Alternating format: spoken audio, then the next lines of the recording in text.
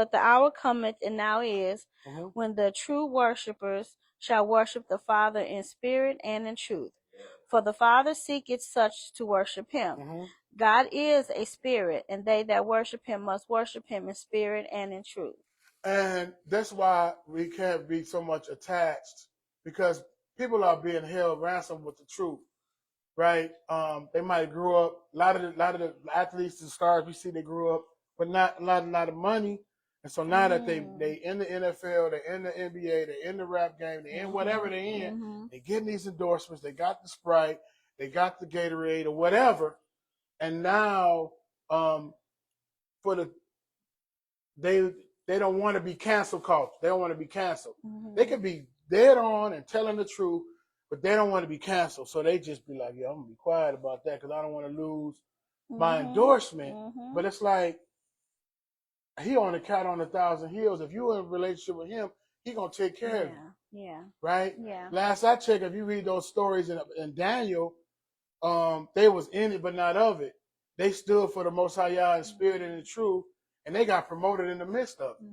And they didn't ever have to bow down and kiss the ring of Babylon or none of that. They had to do none of that. And they got promoted if Most High seen fit for them to be promoted. And they was fine to not be promoted. Yeah. Yeah. You know. And it was never about the promotion. It was never about, I'm doing this for the approval of man. It was always, I'm doing this because this is what I believe about God. This is, I'm aligning myself with what he wants. So even, they said, well, when they got thrown into the furnace, the Hebrew boys, they weren't saying like, I'm gonna just do this and I'm gonna see what God gonna do. No, they were making a stand like, we're not gonna worship no false gods. God is God. That's who we serve, and we're not bound to no false gods. And then the elevation came, and then really the glory of God was made known in the land, because it's like, no, the God of the God that these boys serve, this is the true God. So we're gonna follow him. We're gonna worship him.